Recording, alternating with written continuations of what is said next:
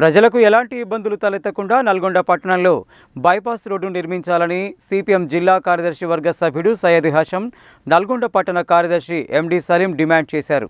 పేద మధ్యతరగతి ప్రజలకు నష్టం జరిగేలా రోడ్డు నిర్మాణానికి ప్రతిపాదనలు పంపడం సరైంది కాదని అన్నారు.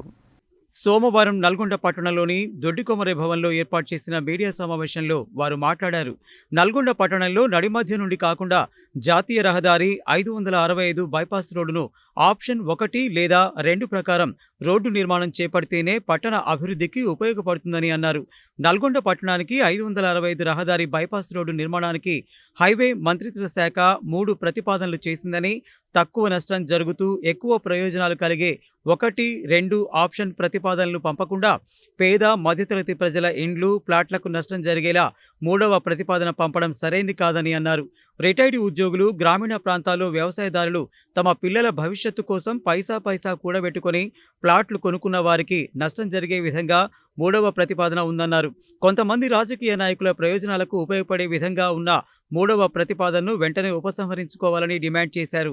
1 లేదా 2 ఆప్షన్లు ఎంపిక చేసుకోవడం ద్వారా వ్యవసాయ భూములను మాత్రమే భూసేకరణ చేయడం జరుగుతుందని, దాని ద్వారా ఆ ప్రాంత భూముల ధరలు పెరిగి రైతులకు మేలు జరుగుతుందని, పారిశ్రామికంగా హోటల్స్, మెకానిక్ షెడ్లు, షోరూమ్స్, ఇతర స్మాల్ స్కేల్ ఇండస్ట్రీస్ రావడంతో పట్టణ ప్రజలకు ఉపాధి అవకాశాలు పెరుగుతాయని అన్నారు. తక్కువ నష్టంతో ఎక్కువ ప్రయోజనాలు ఉన్నటువంటి ఆప్షన్ 1 మరియు 2ను ఎంపిక చేసుకోకుండా ఆప్షన్ 3ను ఎంపిక చేసుకోవడం వల్ల 2780 కుటుంబాలు రోడ్డున పడే పరిస్థితి ఏర్పడిందని అన్నారు.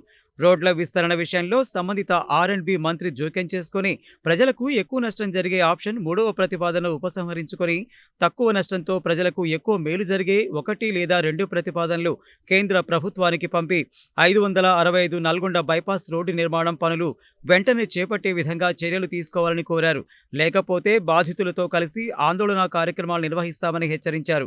మీడియా సమావేశంలో సిపిఎం జిల్లా కమిటీ సభ్యుడు దండంపల్లి సత్తయ్య, తుమ్మల పద్మ, పట్టణ నాయకులు అద్దంకి నరసింహ, కుంభం కృష్ణారెడ్డి తదితరులు ఉన్నారు. నష్టం ఎక్కువ ఉండేటటువంటి విధంగా ఇక్కడ ఉండేటటువంటి రాజకీయ నాయకులకు సంబంధించిన పట్టణంలోంచి ఇప్పుడు మళ్ళీ 565 తీస్తున్నారు. ఇప్పటికే పట్టణం నడిబొడ్డు నుంచి ఉన్నటువంటి 565ని మార్చాలని చెప్పి ప్రతిపాదనలు పంపమని చెప్పానంటే మళ్ళీ పట్టణానికి కొద్ది దూరం జరిగేసేసి మళ్ళీ 10 ఇండ్లు జరిగేసేసి మళ్ళీ ఆ 10 ఇండ్ల వెనక నుంచి రోడ్డు వేయడం అని చెప్పానంటే మళ్ళీ ప్రజలందరికీ నష్టం చేకూర్చేటటువంటి పని అనంటే ఇందులో ఏదో మతలబు ఉంది అనేటటువంటిది ప్రజలందరూ కూడా అనుకుంటున్నారు. దాని చుట్టూ ఉండేటటువంటి దాంట్లో అధికార పార్టీకి సంబంధించినటువంటి వాళ్ళదా లేదా అధికారులయా లేకపోతే వాళ్ళ అనునాయులకు సంబంధించినటువంటి వాళ్ళ భూములు, రియల్ ఎస్టేట్ వ్యాపారాలు ఉన్నాయా ఏంటి అనేటటువంటిది అర్థం కానటువంటి పరిస్థితి. మేము సిపిఎం పార్టీగా కోరుతున్నాం, మొదటి 1, 2 ఆప్షన్లు ఎంపిక చేసుకొని నష్టం జరగకుండా చూడాలని చెప్పి చెప్తున్నాం.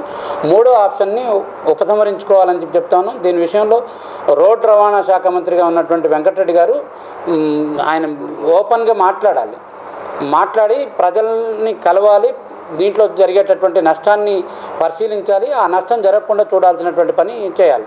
2013 భూసేకరణ చట్టాన్నైనా ఇంప్లిమెంటేషన్ చేసేటటువంటి పని చేయాలి.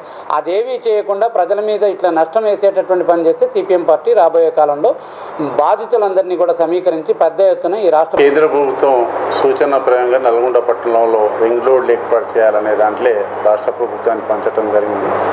పంపించిన దాంట్లో 3 భాగాలుగా 1వ భాగం, 2వ భాగం, 3వ భాగం. 1వ భాగం వదిలిపెట్టేసిండ్రు, 2వ భాగం వదిలిపెట్టి 3వ భాగం పట్టణం నుంచి మొత్తం కూడా ఫ్లైఓవర్ వచ్చే ప్రమాదం ఉన్నది. అంటే భూములన్నీ కూడా కప్పేసి నల్గొండ పట్టణానికి లాభం జరగనట్టుంది. ఎందుకు లేదంటే మీరు ఛాయ సోమేశ్వరరావు టెంపుల్ కాడి నుంచి చక్కగా ఆర్జలబాయి కాడికి వచ్చి గిరికబాయిగూడెం కాడికి వచ్చి మొత్తం ఇండ్లు, ప్లాట్లే తప్ప ఇంకోటి వ్యవసాయ భూమి అనేది తక్కువ. కొన్ని వ్యవసాయ భూములు కొన్ని ఉన్నాయి, 90% ప్లాట్లు పోతున్నాయి. కనుక ఫస్ట్ ప్రాధాన్యతలో ఉన్న రోడ్డే పెడితే బాగుంటుంది. అది పట్టణీకరణ అవుతుంది. వార్డు కూడా మొత్తం నల్గొండ పట్టణంలో కూడా కార్పొరేట్ అయ్యే అవకాశాలు ఉంటాయి. కనుక ఇప్పుడు 48 వార్డులు ఉన్నాయి, అప్పుడు పెరిగే అవకాశం ఉంటుంది. ఎందుకంటే ఇండస్ట్రియల్ క్యారెట్ విశాలంగా ఉంటుంది. కనుక ఫస్ట్ 2వ ద్వారా ప్రాధాన్యతలా చేయాలి. 3వది అనేది ఏదైతే గిరికబాయిగూడెం నుంచి పానగలించిపోతుందో దాన్ని రద్దు చేసుకుంటే బాగుంటుందని మంత్రి గారు చొరవ తీసుకు 2వ కేటగిరీ నాయకులు చూస్తున్నారు తప్ప మంత్రి గారిని దీనికి టైం ఇస్తలేరు. ఖచ్చితంగా కూర్చొని నల్గొండ పట్టణంలో లాభమే జరుగుతూ అది చేస్తే బాగుంటుందని మేము మంత్రి గారిని విజ్ఞప్తి చేస్తున్నాం. జాతీయ రహదారి 565 సంబంధించినటువంటి నల్గొండకు బైపాసు రావడం అనేది సంతోషకరం. గతంలో నడి సెంటర్లో వస్తుంది కాబట్టి దాన్ని కరెక్ట్ కాదు, బైపాస్ చేయాలన్నాను. అది వచ్చింది సంతోషం. కానీ ప్రజలకు ఎక్కువ నష్టం చేసే విధమైనటువంటి నిర్ణయం తీసుకోవడం సరైనది కాదు. 1-2 ఆప్షన్స్ని ఉపయోగించి వాటి ద్వారా పట్టణం శివారు ప్రాంతం మున్సిపల్ బార్డర్ నుంచి రావడం ద్వారా ప్రజలకు మేలు జరిగే అవకాశం ఉంటుంది. కాబట్టి 1-2 ఆప్షన్స్ తీసుకొని చేయాలని చెప్పేసి 3వ ఆప్షన్ కనుక ప్రభుత్వం ముందుకు పోతే మేము బాధితుల పక్షాన నిలబడి సిపిఎం పార్టీ ఆందోళన చేస్తుందని చెప్పి హెచ్చరిస్తున్నాం. ఇప్పుడు ఈ 3వ ప్రతిపాదనని వెంటనే రద్దు చేసుకోవాలి. 1-2 వాటి మీద సర్వే రికార్డ్ సంబంధించిన వ్యవహారం చూడాలి తప్ప 3వ దానికోసం చేస్తే మేము సిపిఎం పార్టీ నుంచి పూర్తిగా ఈ బాధితుల పక్షాన నిలబడి వాళ్ళ పోరాటానికి సంపూర్ణ మద్దతు తెలియజేస్తూ వాళ్ళు ప్రత్యక్షంగా మేము పాల్గొంటామని చెప్పి తెలియజేస్తాం.